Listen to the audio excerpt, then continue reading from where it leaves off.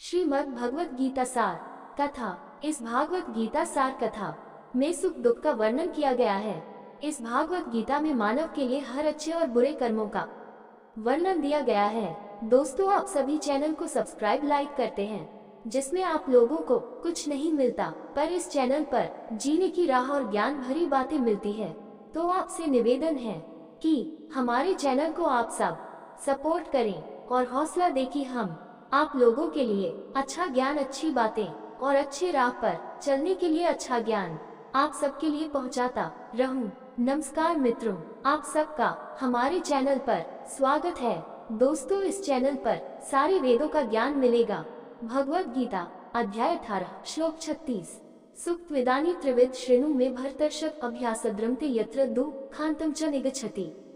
सुख टीवी इदानीं त्रिविध श्रेणु में भरतर्षभाभ्यासाद्रमते यत्र दुःखान्तं च निगच्छति। सुखम सुख तू, परंतु इदानीं अब त्रिविधम तीन प्रकार के श्रेणु सुनो में मुझसे भरत ऋषभ भरतों में श्रेष्ठ अर्जुन अभ्यासात अभ्यास से रमते आनंदित होते हैं, यत्र जिसमें दुख अंतम समस्त दुखों का अंत च तथा निगच्छति पहुंचता है। सुख टीवी इदानीं त्रिविध श्रेणु में भरतर्षभाभ्यासाद रमते यत्र दुःखान्तं च निगच्छति। अनुवाद: हे अर्जुन, अब मुझसे उन तीन प्रकार के सुखों के विषय में सुनो जिनसे देहधारी आत्मा प्रसन्न होती है और जो समस्त दुखों के अंत को प्राप्त कर लेती है। पिछले श्लोकों में श्री कृष्ण ने कर्म के घटकों पर चर्चा की। फिर उन्होंने उन कारकों का वर्णन किया जो कर्म को प्रेरित और नियंत्रित करते हैं। अब वे कर्म के लक्ष्य की ओर बढ़ते हैं। लोगों के कर्मों के पीछे अंतिम उद्देश्य सुख की खोज है। हर कोई सुखी रहना चाहता है और अपने कर्मों के माध्यम से वे पूर्णता, शांति और संतुष्टि चाहते हैं। लेकिन चूंकि हर किसी के कर्मों के घटक कारक अलग अलग होते हैं, इसलिए उनके कर्म से मिलने वाला सुख भी अलग अलग होता है। श्री कृष्ण अब सुख की तीन श्रेणियों की व्याख्या करते हैं। भगवत गीता अध्याय 18 श्लोक 37। यत्तदग्रे विधोमित परिणाममृतोत्तमं तत्सुख सात्विकं प्रोक्तमात्म बुद्धि प्रसादजम्। यत्तदग्रे विषमित परिणामे मृतोत्तमं तत्सुख सात्विकं प्रोक्तम आत्म बुद्धि प्रसादजम्। यज्जो तत्व अग्रि पहले, विषमित विष के समान, परिणामे अंत में, अमृतोपम अमृत के समान, तत्व सुखम सुख, सात्विकम सतुगुणी, प्रोक्तम कहा जाता है, आत्मबुद्धि आत्मज्ञान में स्थित, प्रसाद जम शुद्ध बुद्धि से उत्पन्न। यत्तदग्रे विषमित परिणामे मृतोपम तत्सुख सात्विकम प्रोक्तम आत्मबुद्धि प्रसाद जम। अनुवाद: जो सुख पहले विष के समान प्रतीत होता है किंतु अंत में अमृत के समान लगता है, उसे सतोगुणी सुख कहा जाता है। यह आत्मज्ञान में स्थित शुद्ध बुद्धि से उत्पन्न होता है। आंवला उन सुपर फूड्स में से एक है जो स्वास्थ्य के लिए बहुत फायदेमंद है। इसमें 10 से अधिक संतरे के बराबर विटामिन सी होता है, लेकिन बच्चे इसे पसंद नहीं करते क्योंकि इसका स्वाद कड़वा होता है। उत्तर भारत में माता पिता बच्चों को इसे खाने के लिए प्रोत्साहित करते हैं। कहते हैं, आंवले का खाया और बड़ों का कहा। बड़ों में पता चलता है V20.1। इन दोनों के लाभ आंवले का खाना और बड़ों की सलाह भविष्य में अनुभव किए जाते हैं। दिलचस्प बात यह है कि आंवला खाने के बाद कुछ ही मिनटों में कड़वा स्वाद गायब हो जाता है और मिठास का अनुभव होता है। और प्राकृतिक विटामिन सी का सेवन करने के दीर्घकालिक लाभ निस्संदेह असंख्य हैं। उपरोक्त श्लोक में श्री कृष्ण कहते हैं कि सतोगुण में सुख एक ही प्रकृति का है। यह अल्पावधि में कड़वा लगता है, लेकिन अंत में इसका स्वाद अमृत जैसा होता है। वेदों में सत्वगुणी सुख को श्रेय कहा गया है, जो वर्तमान में अप्रिय है लेकिन अंततः लाभदायक है। इसके विपरीत प्रेय है, जो शुरुआत में सुखद है लेकिन अंततः हानिकारक है। श्रेय और प्रेय के बारे में कठोपनिषद में कहा गया है, अन्यच्छरेयोन्यादुतः प्रियस्ते उभे नानार्थे पुरुषस्य नीतः श्रेयादानस्य साधु भवति हीयते रक्त्यो प्रेयो वृणते। श्रेयश्च प्रेयश्च मनुष्यमेतस्तो संपरित्या विविनक्ति धीराश्रेयो हे धीरो विप्रेयसो वृणते प्रियो मंदो योक्षमाद वृणते 1.2.1 योजक चिन्ह दो। V21 दो रास्ते हैं, एक लाभकारी और दूसरा सुखद। ये दोनों मनुष्य को बहुत अलग अलग लक्ष्यों की ओर ले जाते हैं। सुखद शुरुआत में आनंददायक होता है, लेकिन इसका अंत दुख में होता है। अज्ञानी सुखद के जाल में फंस जाते हैं और नष्ट हो जाते हैं, लेकिन बुद्धिमान इसके आकर्षण से धोखा नहीं खाते, लाभकारी को चुनते हैं और अंत में खुशी प्राप्त करते हैं। भगवत गीता अध्याय 18 श्लोक 38। विषयेन्द्रिय संयोगाद्यत्तदग्रे मृतोपमं परिणामे विधिविव तत्सुख राजसं स्मृतम्। विषयेन्द्रिय संयोगाद्यत्तदग्रे मृतोपम परिणामे विषमिव तत्सुख राजसं स्मृतम्। विषया या इंद्रिय विषयों के साथ, इंद्रिय इंद्रियों से, संयोगात संपर्क से, यज्जो तत्व अग्रि प्रारंभ में, अमृत उपमम अमृत के समान, परिणामे अंत में, विषम विष के समान, तत्व सुखम सुख, राजसम रजोगुण में, स्मृतम कहा जाता है। विषय इंद्रिय संयोगाद यत् तदग्रे मृतोपम परिणामे विषम तत्सुख राजसम स्मृतम। अनुवाद: जब सुख इंद्रियों के विषयों के साथ संपर्क से प्राप्त होता है तो उसे रजोगुणी कहा जाता है। ऐसा सुख पहले तो अमृत के समान होता है किंतु अंत में विष के समान होता है।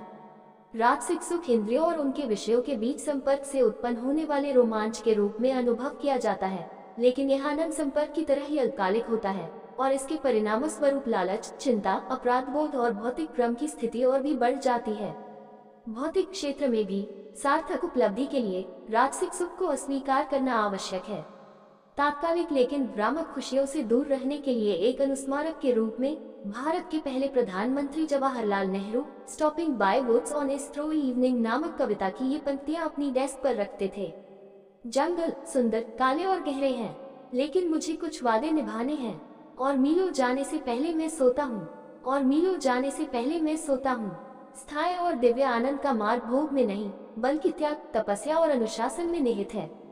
भगवद गीता अध्याय 18 श्लोक 39। यदग्रे चानुबंधे च सुख मोहन मात्मन निद्रास्य प्रमादोत्थ तत्तम समुदाहृतम। यदग्रे चानुबंधे च सुख मोहनम आत्मनः निद्रास्य प्रमादोत्थ तत्तम समुदाहृतम।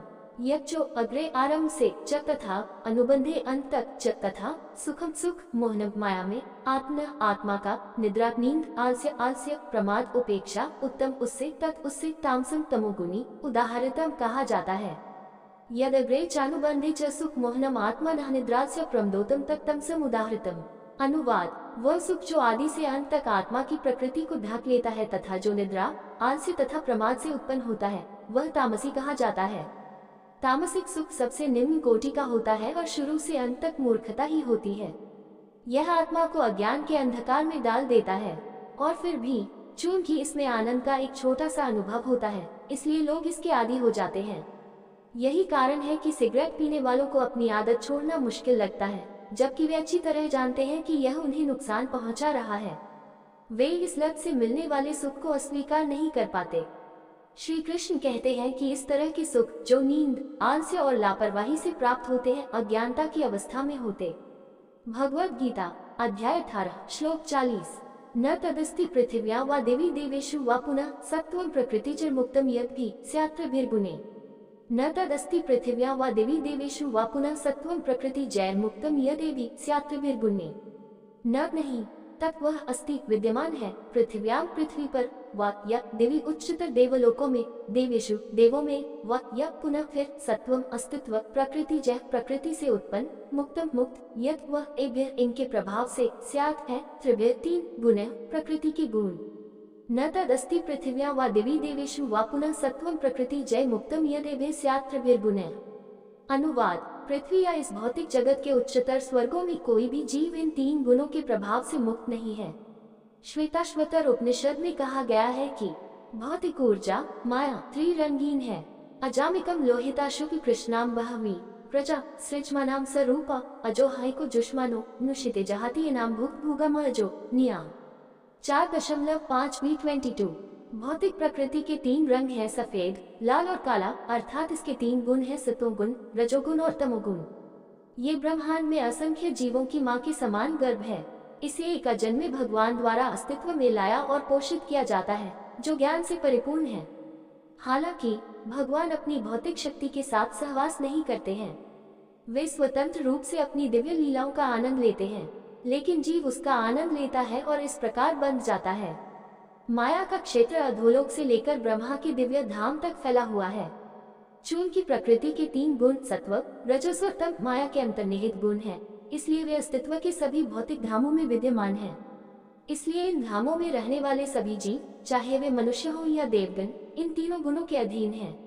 अंतर केवल तीनों गुणों के सापेक्ष अनुपात में है। अधोलोक के निवासियों में तम की प्रधानता होती है, पृथ्वी ग्रह के निवासियों में रजस की प्रधानता होती है और देवलोक के निवासियों में सत्व की प्रधानता होती है। अब इन तीन चरों का उपयोग करते हुए श्री कृष्ण बताते हैं कि मनुष्य के स्वभाव अलग अलग क्यों होते हैं। दोस्तों, आपसे निवेदन है कि हमारे चैनल को आप लोग सपोर्ट करें। ये वीडियो अच्छा लगा हो तो लाइक शेयर सब्सक्राइब जरूर करें। धन्यवाद।